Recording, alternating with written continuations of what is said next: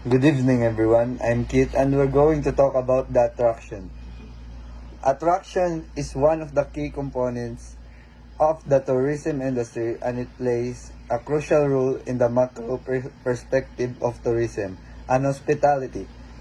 In the context of tourism, an attraction refers to a site, location, or features that draws visitors and encourage them to stay longer in a destination.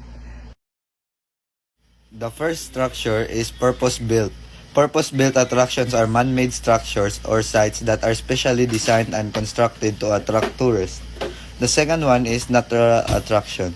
Natural attractions are sites or features that are created by nature and are considered to be of interest or beauty to tourists. Now, the third is event of attraction. Event as attractions refer to temporary or recurring events that are organized to attract tourists and provide them with a unique experience.